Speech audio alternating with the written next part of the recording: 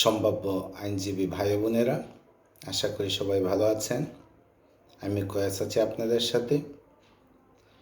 দণ্ডবিধি 1860-এর কিছু গুরুত্বপূর্ণ ধারা নিয়ে আমি আপনাদের সাথে আলোচনা করব।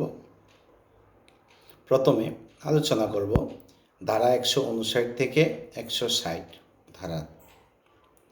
159 থেকে 160 ধারায় মারামারি সম্পর্কে আলোচনা করা হয়েছে।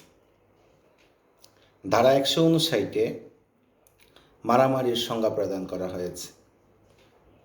159 ধারায় বলা হয়েছে, দুই বা ততোধিক ব্যক্তি প্রকাশ্য স্থানে ঝগড়া করে গণশক্তি ভঙ্গ করলে তা মারামারি বলে গণ্য হবে। অর্থাৎ দুই বা ততোধিক ব্যক্তি, দুইয়ের অধিক ব্যক্তি হতে পারে, দুইজন হতে পারে, তারা যদি প্রকাশ্য কোনো স্থানে ঝগড়া করে এবং সেটা যদি গণশক্তি ভঙ্গ করে তাহলে সেটাকে মারামারি বলে গণ্য করা হয়। 160 ধারায় মারামারির শাস্তির উল্লেখ করা হয়েছে। 160 ধারায় বলা হয়েছে, মারামারির শাস্তি হবে অনধিক 1 মাস কারাদণ্ড বা অনধিক 100 টাকা অর্থদণ্ড বা উভয় দণ্ডে দণ্ডিত করা হবে। আমি আবারও বলি, ধারা 160-এ মারামারির শাস্তি বলা হয়েছে অনধিক 1 মাস কারাদণ্ড বা অনধিক 100 টাকা অর্থদণ্ড বা উভয় দণ্ড। ধারা 121 থেকে 130 রাষ্ট্রবিরোধী অপরাধ সম্পর্কে আলোচনা করা হয়েছে। ধারা 121-এ বলা হয়েছে, বাংলাদেশের বিরুদ্ধে যুদ্ধ ঘোষণা বা যুদ্ধ ঘোষণার উদ্দেশ্যে বা যুদ্ধ ঘোষণার সহায়তার শাস্তি কি হবে তা বর্ণনা করা হয়েছে।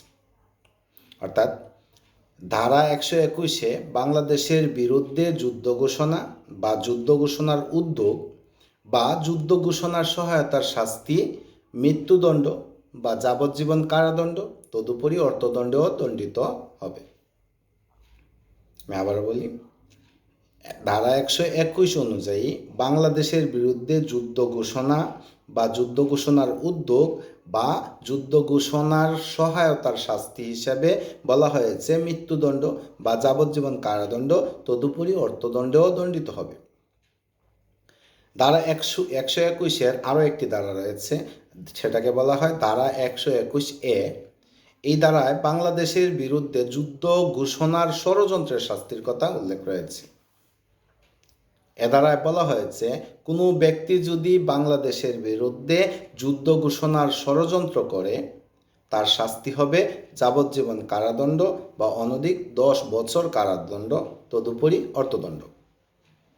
আবার বলি, কোনো ব্যক্তি যদি বাংলাদেশের বিরুদ্ধে যুদ্ধ ঘোষণার ষড়যন্ত্র করে তার শাস্তি হবে যাবজ্জীবন কারাদণ্ড বা অনধিক 10 বছর কারাদণ্ড, তদুপরি অর্থদণ্ড। ধারা 122-এ বাংলাদেশের বিরুদ্ধে যুদ্ধের উদ্দেশ্যে অস্ত্র সংগ্রহের শাস্তির উল্লেখ রয়েছে। কেউ যদি বাংলাদেশের বিরুদ্ধে যুদ্ধের উদ্দেশ্যে অস্ত্র সংগ্রহ করে তার শাস্তি হবে যাবজ্জীবন কারাদণ্ড বা অনধিক 10 বৎসর কারাদণ্ড, তদুপরি অর্থদণ্ড। আবার বলি, বাংলাদেশের বিরুদ্ধে যুদ্ধের উদ্দেশ্যে অস্ত্র সংগ্রহ করলে তার শাস্তি হবে যাবজ্জীবন কারাদণ্ড অথবা অনধিক 10 বৎসর কারাদণ্ড, তদুপরি অর্থদণ্ড। ধারা 124-এর এতে বলা হয়েছে রাষ্ট্রদ্রোহিতার শাস্তির কথা। রাষ্ট্রদ্রোহিতার শাস্তি হচ্ছে যাবজ্জীবন কারাদণ্ড বা অনধিক 3 বৎসর কারাদণ্ড, তদুপরি অর্থদণ্ড প্রদান করা হবে। তার কেউ যদি রাষ্ট্রদ্রোহিতা করে তার শাস্তি হচ্ছে যাবজ্জীবন কারাদণ্ড বা অনধিক 3 বৎসর কারাদণ্ড, তদুপরি অর্থদণ্ড অথবা উভয় দণ্ডে দণ্ডিত হবে।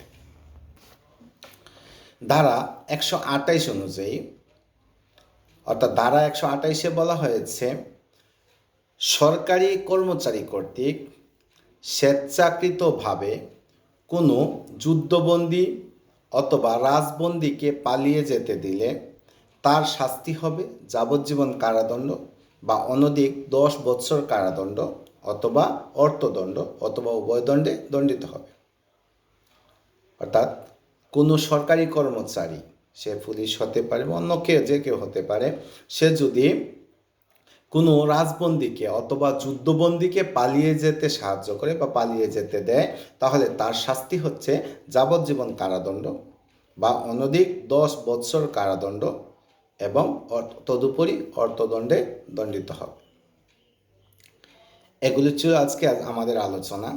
অনেকের প্রশ্ন থাকতে পারে যে এখানে ধারাগুলো আমরা ছেড়ে ছেড়ে কেন বলতেছি।